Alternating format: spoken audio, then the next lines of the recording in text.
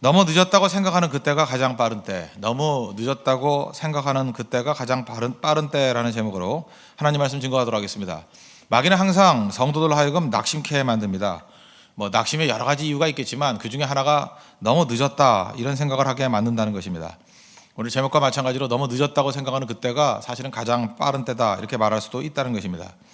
오늘 사실 이게 쉬우면서 되게 해석하기 힘든 본문입니다. 포도원 품꾼 비유인데 이 비유를 통해서 주님께서 우리에게 주시고자 하는 그 메시지 핵심들을 좀 찾는 시간 되길 바랍니다.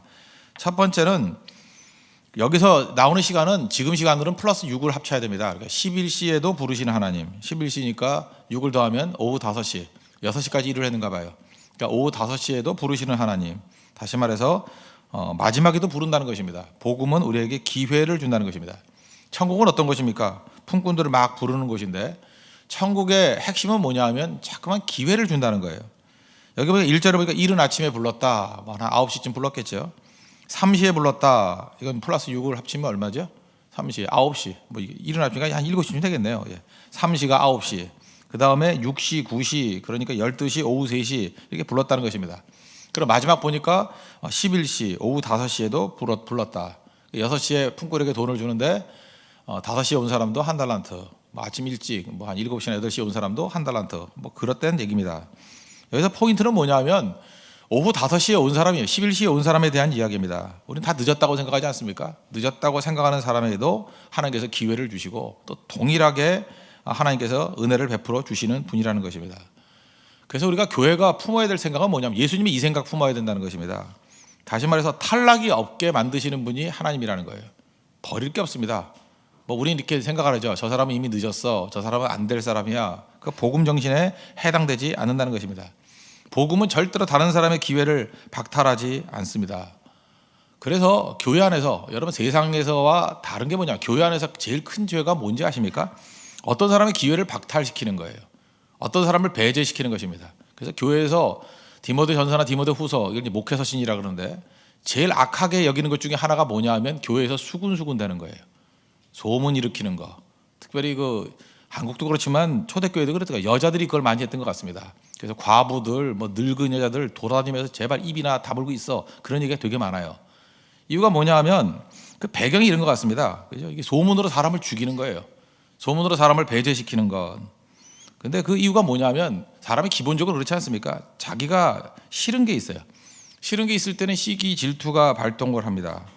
그래서 대부분 이렇게 잘 나가는 사람들을 이렇게 죽이는 경우가 많죠. 여자는 여자일 수도 있고, 남자들도 그렇겠지만 교회 안에 그런 일들이 비일비재했다는 것입니다. 여자들의 다툼, 이게 교회 빌립보 교회도 문제였고, 하여튼 초대교회도 예루살렘 교회도 사실 그 과부들이 문제 아니었습니까? 구제하는 문제로 왜 더 주니 덜 주니 하면서 그래서 많은 분쟁을 일으키게 되었다는 것입니다. 근데 이유는 뭐냐 하면은 상대방에게 기회를 안 주는 거예요. 해명의 기회도 안 주고 말할 수 있는 기회도 주지 않습니다. 그게 소문이에요. 소문은 당사자가 들을 때가 제일 마지막이에요. 그거 아시죠? 당사자가 알 때가 제일 마지막이에요. 다 죽여놓고 아는 거예요. 그래놓고 해명의 기회도 없고 결국은 사람 다 죽여놓은 겁니다. 그래서 제일 악한 겁니다. 하나님이 용서하잖아요. 그거는. 그죠? 교회를 완전히 깨는 일이기 때문에. 그래서 초대교회에서 목회서신 하면서 제가 볼 때 좀 지겨울 정도로 반복을 해요. 이런 걸 이렇게 반복을 하나? 그게 그렇게 치명적인 문제였다라는 것입니다. 그래서 결국은 죽이는 거예요. 이유가 무엇입니까? 기회 주지 않는 거. 가장 마귀적인 죄에 가깝습니다. 마귀적인 죄에 제일 가까운 게 뭐냐면 살인과 교만인데 교만해서 천사가 마귀 됐죠. 그래서 교만한 거를 성경을 보면 제일 큰 죄로 여기고 그 다음 정도로 여기는 것 중에 하나가 뭐냐면 수군내는 거예요. 소문내는 거. 그게 왜냐면 죽이는 살인이거든요. 여러분 살인에 대한 정의를 다시 내릴 필요성이 있는데 살인이란 게 뭐냐 하면 그 사람의 존재를 부인하는 거예요. 잘 보십시오. 하나님께서 우리에게 다 생명들을 주셨습니다. 하나님이 주신 거죠. 생명의 근원이 하나님께 있습니다. 모든 생명이 있다는 것은 하나님이 생명을 주셨기 때문이에요. 그런데 그 생명을 내가 인위적으로 없애겠다 하는 게 살인이에요. 하나님이 인정하는 것을 나는 인정할 수 없다 하는 게 살인이라고요. 그러니까 살인죄가 굉장히 무서운 죄입니다. 그런데 그 살인뿐만 아니라 어떤 때는 그 존재에 대한 살인이 있어요. 어떤 사람이 하나님께서 분명히 직분을 주셨습니다. 하나님이 사용하시겠다는 거 아니에요? 나는 인정할 수 없다라는 거예요. 그래서 그 직분을 공격합니다. 하나님 대적하는 거예요. 그런 게 있습니다.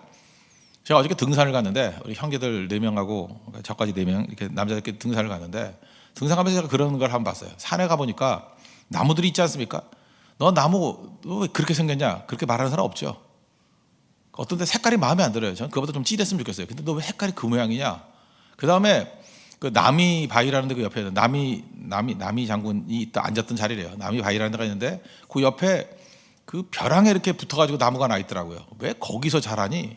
저는 사실 불만이 컸어요. 그죠? 좀 딴 데서 자라지. 어떻게 이렇게 벼랑에 붙어가지고 그렇게 자라니? 그렇게 말할 수 있지만 말하는 사람 없잖아요. 그냥 받아들이잖아요. 저건 나무인가 봐. 색깔이 저런가 봐. 저런 데서 자랄 수 있는가 봐. 그러고 지나가면 되는 거 아닙니까? 그런데 그거를 못하는 사람의 특징이 뭐냐면 지극히 자기중심적인 사람이라는 거예요.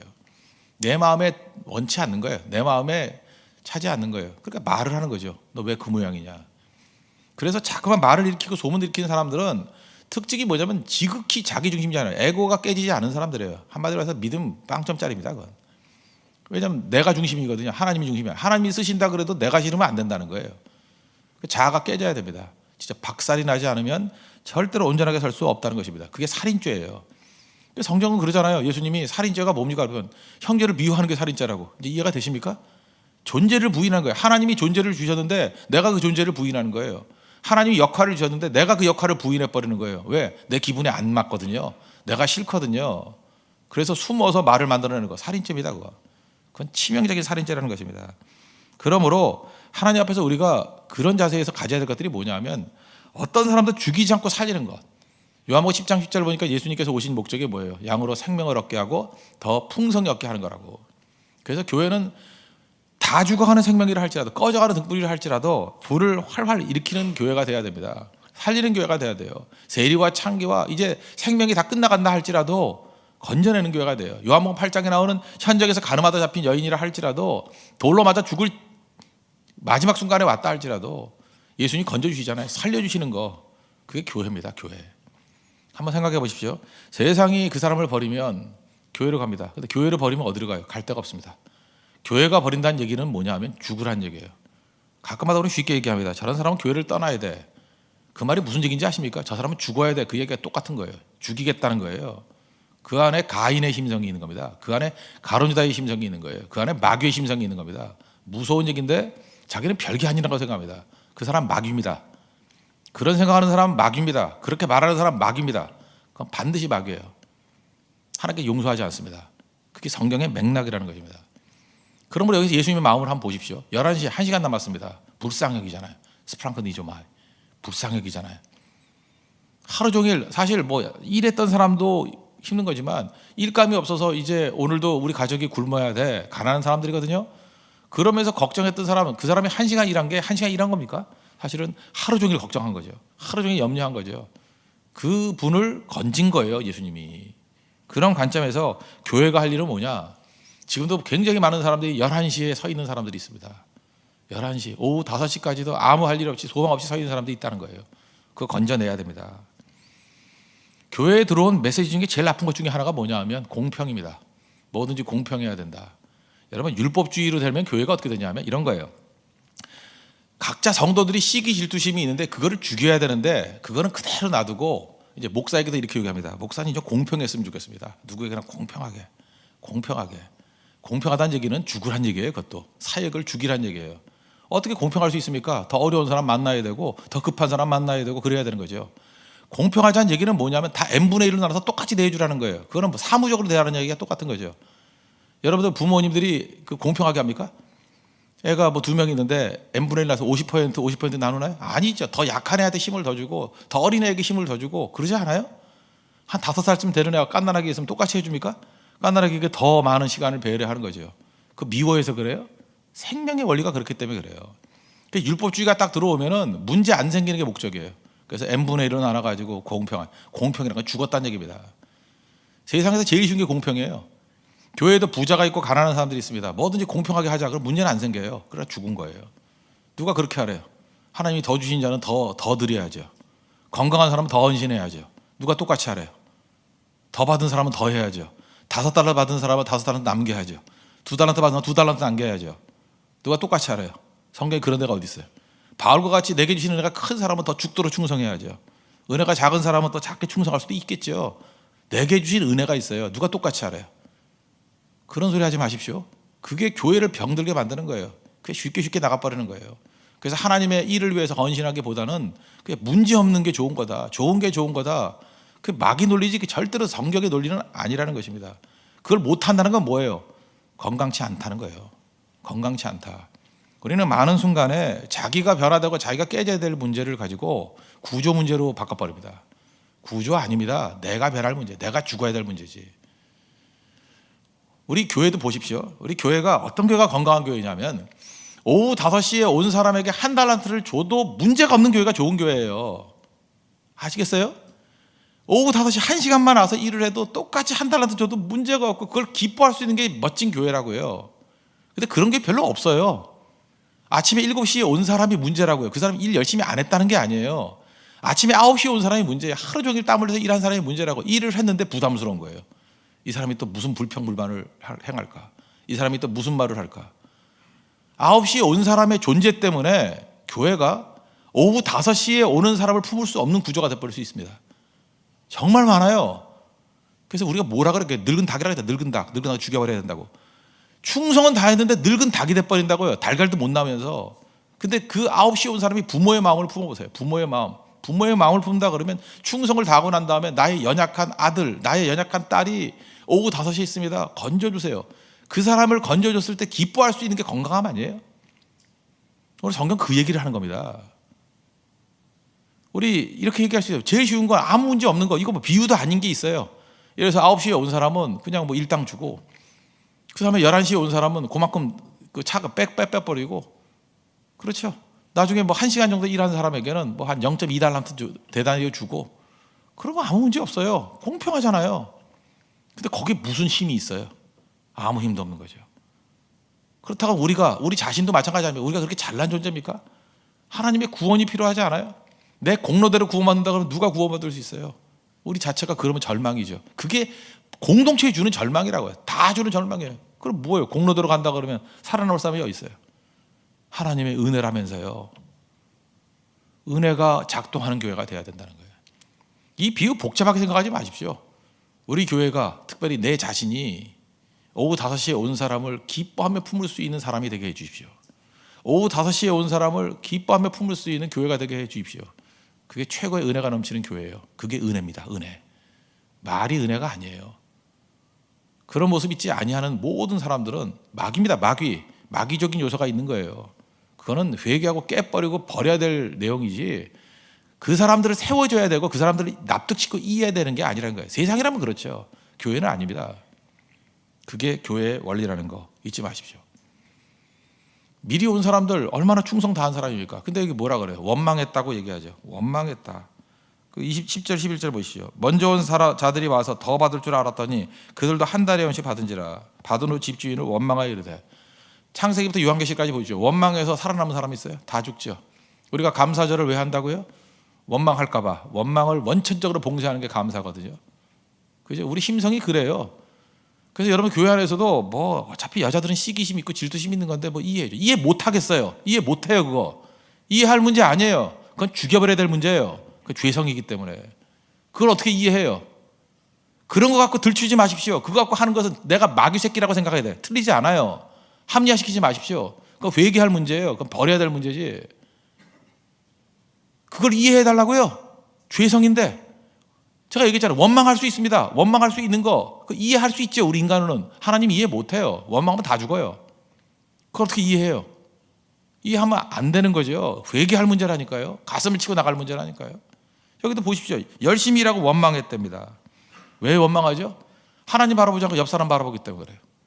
얼마 받았으니까 나는 더 받겠다. 맨날 그런 조건으로 간다면 교회 전체가 우리 믿음의 공동체 전체가 뭐 결국 공평으로 가야 되는 거 아닙니까?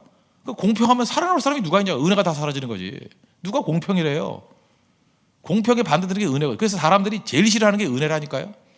나는 은혜를 받기를 원하지만 다른 사람에게 은혜가 임했을 때 사람들은 분노합니다. 어떻게 은혜를 베푸냐고. 그래서 은혜를 제일 싫어하는 존재가 된다는 것입니다. 12절 보세요. 나중 온 이 사람은 1시간밖에 일하지 아니하였거늘 그들은 종일 수고하여 더위를 견뎌 우리와 같게 하였나이다. 여기 보세요. 은혜는 사라지고 공로만 남아있잖아요. 이때 불경기였습니다. 사람 써주는 것만 해도 굉장히 감사할 때예요. 처음엔 자기가 채용됐을 때 감사했겠죠.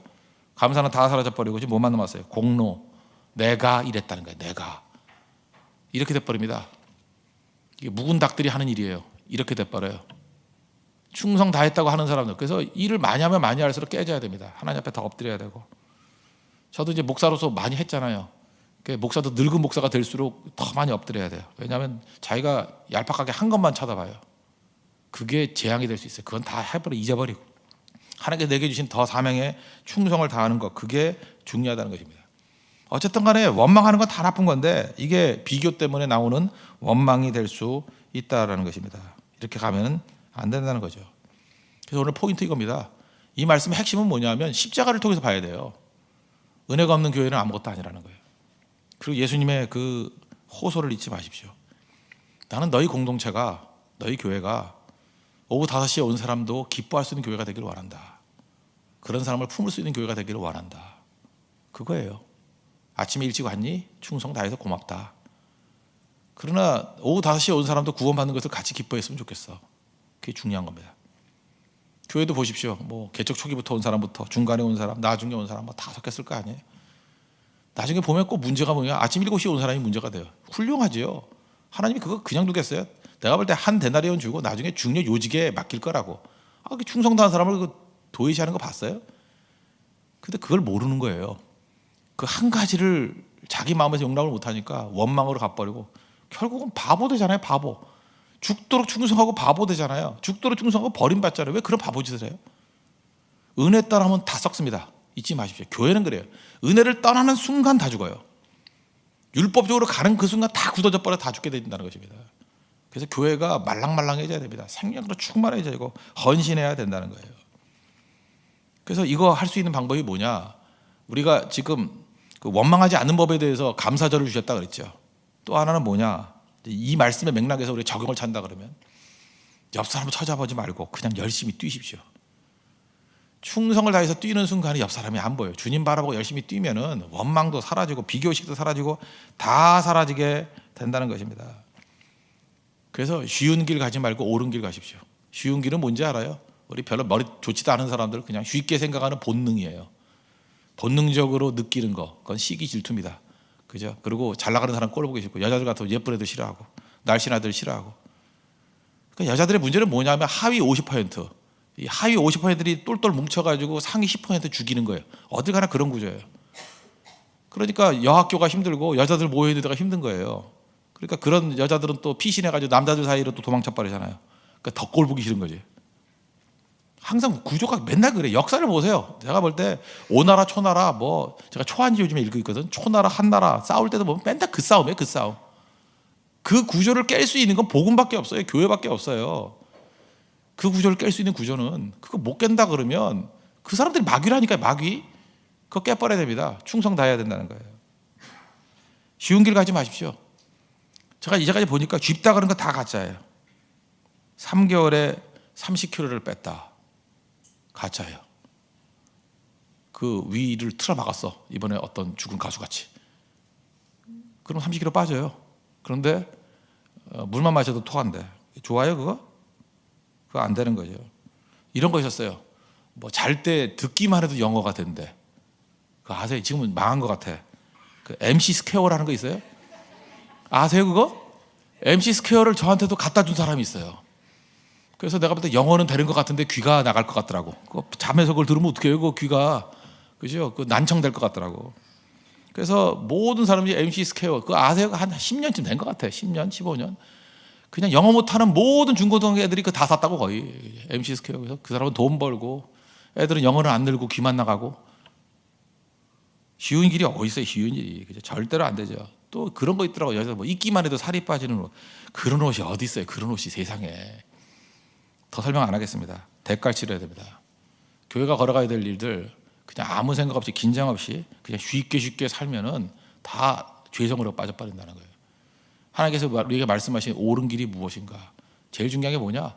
하나님께서 우리에게 주시는 은혜를 감사하고 은혜에 감격하게 뛰어 있을 때 그때 최고의 능력이 나타나기 시작한다는 것입니다. 저는 모쪼록 우리 홍대세교회가 오후 5시에 온 사람도 기뻐할 수 있는 교회, 오후 3시에 온 사람도 기뻐할 수 있는 교회, 그에 관계없이 누구든 예수님의 관점에서 구원받는 기쁨이 있는 그런 교회가 되었으면 좋겠습니다. 그러면 돼요. 그게 하나님이 원하시는 모습이라는 거예요. 공평과 비교의식을 통해서 정죄하는 모습이 아니라 은혜 때문에 기뻐하고 감사할 수 있는 하나님의 거룩한 종들 되기를 축원합니다. 모두 자리에서 일어나겠습니다. 320장 찬송하겠습니다. 그리고 다 같이 우리 교회 이런 멋진 교회 되게 해달라고 이런 이상과 꿈을 가지고 기도하도록 하겠습니다. 나의 죄를 정케 하사